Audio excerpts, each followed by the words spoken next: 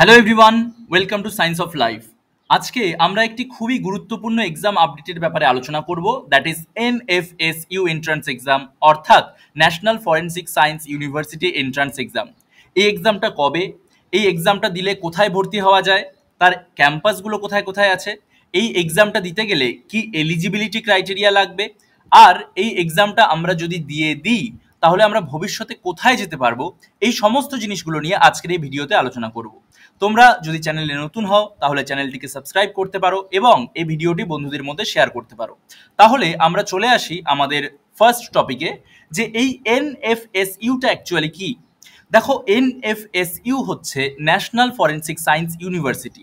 এটা আমাদের দেশের একমাত্র ইউনিভার্সিটি যেখানে forensic science, cyber security and law এগুলো নিয়ে 70টারও বেশি কোর্স রান করানো হয় এবং এই ইউনিভার্সিটিটা কিন্তু গভর্নমেন্ট পরিচালিত। ঠিক আছে, এবার নেক্সট আমরা যে টপিকে যাব সেটা হচ্ছে এই যে এনএফএসইউ বা ন্যাশনাল ফরেন্সিক সায়েন্স ইউনিভার্সিটির কথা বলছি, এখানে ভর্তি হতে গেলে আমাদের কোন এক্সাম দিতে হবে। আমাদের যে এক্সামটা দিতে হবে দ্যাট ইজ এনএফএটি, অর্থাৎ national forensic admission test or national forensic science admission test. এই অ্যাডমিশন টেস্টটা মূলত আমাদের যে ন্যাশনাল ফরেন্সিক সায়েন্স ইউনিভার্সিটি ওরাই নিয়ে থাকে, আর এনটি এর হেল্প নিয়ে এটা হয়। ন্যাশনাল টেস্টিং এজেন্সি যেটা, অর্থাৎ যারা নিটের এক্সাম কন্ডাক্ট করায়, যারা জেইর এক্সাম কন্ডাক্ট করায়, ওরাই কিন্তু এই এনএফএটি এক্সামটাও কন্ডাক্ট করায়।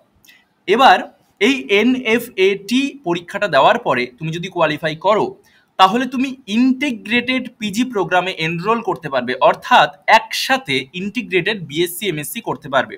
এছাড়াও এনএফএসইউতে অনেকগুলি ডিপ্লোমা প্রোগ্রাম আছে, সেগুলোতেও তোমরা ভর্তি হতে পারবে। এবার চলে আসি যে এনএফএসইউ এর গোটা ইন্ডিয়াতে কোথায় কোথায় ক্যাম্পাস আছে। দেখো, প্রথম যে ক্যাম্পাসটা এসেছিল সেটা গুজরাট থেকে এসেছিল এবং পরবর্তীকালে আরও অনেকগুলি ক্যাম্পাস গোটা ইন্ডিয়াতে রয়েছে।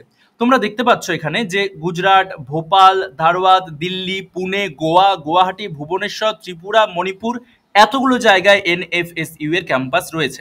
আর ফরেনেও এনএফএস এর ক্যাম্পাস রয়েছে, দ্যাট ইজ ইন উগান্ডা। উগান্ডাতেও কিন্তু রয়েছে। আচ্ছা, এবার আমরা চলে আসি যে এই এনএফএসইউতে কি কি কোর্স আছে এবং যারা ক্লাস 12 অর্থাৎ উচ্চ মাধ্যমিক পাশ করেছো, সেটা সিবিএসসি বোর্ড হোক, আইসিএসসি বোর্ড হোক কিংবা ওয়েস্ট বেঙ্গল বোর্ড হোক, তো কোন কোর্সে তোমরা পড়তে পারবে after giving this NFAT exam. তো এখানে অনেকগুলো কোর্স রয়েছে and most of the courses are MSc or MTech, কিন্তু এখানে দুটো এমন কোর্স রয়েছে যেটা তুমি ভর্তি হতে পারো যে কোর্সে।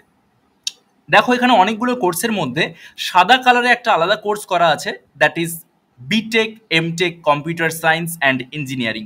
অর্থাৎ এনএফএটিতে তুমি যদি ভালো রেজাল্ট করতে পারো তাহলে school of cyber security and digital ফরেন্সিক্সের আন্ডারে এই যে B Tech M Tech integrated computer science and engineering ডিগ্রিটা আছে, এটা তুমি করতে পারবে। এর সঙ্গে সঙ্গে স্কুল অফ বিহেভিয়ার ফরেন্সিক্স যেটা আছে, তার আন্ডারেও অনেকগুলো কোর্স আছে।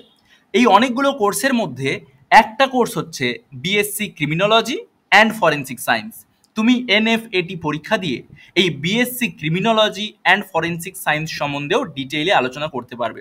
মানে সিআইডি, তারপরে আমাদের যে ফরেন্সিক ল্যাবগুলোতে যে কাজগুলো হয় সেই কাজগুলো কিন্তু এরাই মেইনলি করে থাকে। তো এই মেইনলি দুটো কোর্স যেখানে তুমি এনএফএটি দিয়ে ভর্তি হতে পারবে। বাকি যে কোর্সগুলো রয়েছে সেগুলো মেইনলি এমএসসি বা এমটেকের কোর্স। তোমরা দেখতেই পাচ্ছ অনেক কোর্স রয়েছে, MSc forensic science, forensic biotechnology, multimedia forensics and many more. তো এই সমস্ত কোর্সগুলোতে তুমি ভর্তি হতে পারবে আফটার ডুইং ইয়োর বিএসসি। আর আমি যে কোর্স দুটো বললাম সেটা হচ্ছে ইন্টিগ্রেটেড কোর্স, অর্থাৎ একবার তুমি যদি বিএসসিতে বা বিটেকে ভর্তি হয়ে যাও তাহলে বিটেক এমটেক বা বিএসসি এমএসসি একসাথেই তোমার হয়ে যাবে। তো তুমি চাইলে পরবর্তীকালে গ্র্যাজুয়েশনের পরে চেঞ্জও করতে পারো আর কি কোর্স। এই হচ্ছে আমাদের ওভারঅল ধারণা কোর্স সম্বন্ধে। আরও অনেক কোর্স রয়েছে, তোমরা দেখতেও পাচ্ছ এখানে। তো টক্সিকোলজি নিয়েও কোর্স রয়েছে, ফরেন্সিক আর্কিওলজি নিয়েও কোর্স রয়েছে and there are many more. Now এবার একটা যে অন্য জায়গায় আসি, মানে সায়েন্সের যে স্টুডেন্টসরা রয়েছে তারা তো বিটেক বা এমটেক করতে পারবে বা বিএসসি এমএসসি করতে পারবে, কিন্তু যারা আর্টসের স্টুডেন্ট রয়েছে তারাও কিন্তু এলএলবিতে অনার্স করতে পারবে এই এনএফএসইউ থেকে। ওকে, এই রইল আমাদের কোর্স। স্কুল অফ ফার্মাসিও রয়েছে, ফার্মাসির বেশিরভাগ কোর্সই আমাদের হচ্ছে এমএসসির কোর্স। ফার্মার বেশিরভাগ কোর্স তোমরা দেখতেই পাচ্ছ, M pharm, MSc in environmental science, etcetera etcetera. এবার চলে আসি সব থেকে গুরুত্বপূর্ণ জায়গায়, অর্থাৎ এই এক্সামটা কবে হবে। দেখো, অনেক দিন আগে এই এক্সামের ফর্ম ফিল আপ কিন্তু শুরু হয়ে গিয়েছিল। 18ই মার্চ 2025 এক্সামের ফর্ম ফিল আপ কিন্তু শুরু হয়ে গিয়েছে, অ্যান্ড লাস্ট ডেট হচ্ছে আমাদের নিটের এক্স্যাক্ট একদিন পরে, and 5th May 2025 is the last date for form fill up. এরপরে কিন্তু আর ফর্ম ফিল আপ করতে পারবে না। পরীক্ষা কবে হবে? Very very important question. পরীক্ষা হবে 2 দিন, অর্থাৎ 7 এবং 8 June, 7th and 8th June. Result কবে বেরোবে? 23rd জুনে আমাদের রেজাল্ট বেরিয়ে যাবে। ফার্স্ট কাউন্সেলিং হবে 30th জুন, সেকেন্ড কাউন্সেলিং হবে আমাদের 11th জুলাই, আর ক্লাস শুরু হয়ে যাবে 22nd জুলাই, 22শে জুলাই 2025 থেকে। এই হচ্ছে আমাদের টোটাল ডেট নিয়ে ইনফো। এবার আমরা চলে আসি যে এনএফএসইউতে ভর্তি হতে গেলে আমাদের তো পরীক্ষা দিতে হবে। এনএফএটি যে পরীক্ষাটা, সেই পরীক্ষাটার সিলেবাস কি? তো এবার আমরা আলোচনা করব সিলেবাস নিয়ে, এবং মেইনলি আমরা দুটো কোর্স নিয়েই আলোচনা করব, যেটা আমরা দেখলাম, integrated B Tech MTech course and integrated BSc MSc course. দেখো, প্রথমে আমরা আলোচনা করছি integrated BSc MSc forensic science নিয়ে। এটা একটা 5 বছরের ইন্টিগ্রেটেড কোর্স। এর ক্যাম্পাস গান্ধীনগর, দিল্লি, গোয়া, ত্রিপুরা, ভোপাল, ধারওয়াদ সব জায়গায় রয়েছে। আর স্টুডেন্ট ক্যাপাসিটি হচ্ছে আমাদের 260, যদি সমস্ত ক্যাম্পাসগুলো আমি যোগ করে দিই। আর সেমিস্টার ফিজও তোমরা এখানে দেখতে পাচ্ছ ক্লিয়ারলি। এলিজিবিলিটি ক্রাইটেরিয়া নিয়ে যদি কথা বলি, তাহলে 12-এ তোমাকে ফিজিক্স, কেমিস্ট্রি, বায়োলজি, ম্যাথামেটিক্স নিয়ে পাশ করে থাকতে হবে। যদি তুমি জেনারেল কিংবা ওবিসি ক্যাটাগরি থেকে বিলং করো, তাহলে 60% তোমার মার্কস থাকতে হবে। আর যদি তুমি এসসি, এসটি কিংবা পিডাব্লিউডি ক্যাটাগরি থেকে বিলং করো, তাহলে 55% মার্কস থাকতে হবে। আর এক্সামের কথা তো বলাই হলো যে আমাদের এনএফএটি এক্সাম দিতে হবে। আর আমাদের সিলেবাস কি?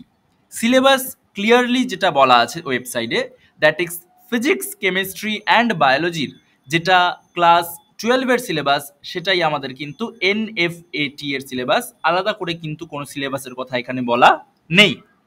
এবার আমরা চলে আসি নেক্সট প্রোগ্রামে, that is integrated B Tech M Tech computer science and engineering, that is cyber security নিয়ে যে পড়াশোনা সেটা। এটারও ক্যাম্পাস রয়েছে গান্ধীনগর, দিল্লি, ত্রিপুরা, ধারওয়াদ অ্যান্ড গুয়াহাটিতে। আর টোটাল সিট ইনটেক আমরা যদি এখানে ক্যালকুলেট করি, তাহলে দাঁড়াবে 220-র আশেপাশে। সেমিস্টার ফিজও তোমরা এখানে দেখতে পাচ্ছ। আর এলিজিবিলিটি ক্রাইটেরিয়াও একদম সেম, যে ফিজিক্স, কেমিস্ট্রি, বায়োলজি তোমাদের থাকতে হবে, আর বায়োটেকনোলজিও তোমরা সাবজেক্ট হিসাবে রাখতে পারো। জেনারেল ক্যাটাগরি হলে 60% মার্কস লাগবে, এসসি এসটি ক্যাটাগরি হলে 55% মার্কস লাগবে। এবার যদি তোমরা ইন্টিগ্রেটেড বিটেক এমটেকে ভর্তি হতে চাও, তাহলে এটার মোড অফ অ্যাডমিশন একটু আলাদা টাইপের।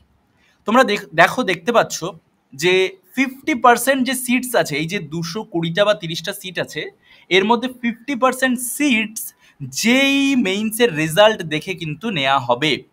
আর বাকি যে 50% রয়ে গেল, সেটা এই এনএফএটি টেস্টের মাধ্যমে নেওয়া হবে। 50-50, 50 হচ্ছে যেই মেইনস আর 50 হচ্ছে এনএফএটি এন্ট্রান্স এক্সাম। আর এই যে ইন্টিগ্রেটেড বিটেক এমটেকে যদি তোমাকে ভর্তি হতে হয়, তাহলে তার যে সিলেবাস সেটা একটু আলাদা রকমের। এখানে বলা হচ্ছে যে 80% সিলেবাসে ফিজিক্স, কেমিস্ট্রি, ম্যাথামেটিক্স থাকবে, বায়োলজি কিন্তু এখানে নেই। আর 20% থাকবে আমাদের reasoning, English grammar, general knowledge অর্থাৎ জিকে অ্যান্ড জেনারেল অ্যাওয়ারনেস, তাও ক্লাস 12 লেভেল। এই হচ্ছে আমাদের বিটেক এমটেকের গল্প। এরপরে আমাদের চলে আসছে যে জায়গায়, সেটা হচ্ছে আমাদের পিওয়াইকিউ স্যাম্পল, একটা যে কেমন ধরনের কোয়েশ্চেন পরীক্ষায় এসেছে এর আগে। তো দেখো, এখানে আমি একটা স্যাম্পল কোয়েশ্চেন দেখাচ্ছি, যেটা ইন্টিগ্রেটেড বিএসসি এমএসসির। তো খুব সোজা কোয়েশ্চেন, এনটিএ এই কোয়েশ্চেনটাই করেছিল। কোয়েশ্চেন হচ্ছে, which of the following is responsible for the breakdown of complex organic molecules into simpler forms in the environment? মানে প্রকৃতিতে যে জটিল মলিকিউলগুলো আছে, সেগুলোকে সিম্পল মলিকিউলে কে ভেঙে দেয়? তো এটার আনসার আমরা সকলেই জানি যে এটা ডিকম্পোজার, অর্থাৎ বিয়োজক যারা, তারা এই কাজটা করে থাকে। So option number 1 will be correct. তো এরকমই কোয়েশ্চেন এখানে আসে। গেল, এই হচ্ছে আমাদের সমস্ত বিষয়। আর হেল্পলাইন নাম্বার যেটা দেওয়া আছে সেটা এদের ওয়েবসাইটে অলরেডি প্রোভাইডেড আছে।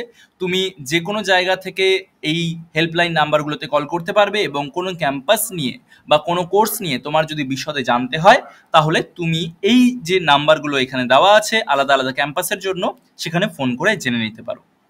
সো দ্যাটস অল, আজকের মতো এইটুকুই। এরকম আরো অনেক অনেক আলাদা আলাদা ধরনের এক্সাম নিয়ে, সায়েন্সের বিভিন্ন গুরুত্বপূর্ণ টপিক নিয়ে আমি তোমাদের সঙ্গে রেগুলার আলোচনা করতে থাকি।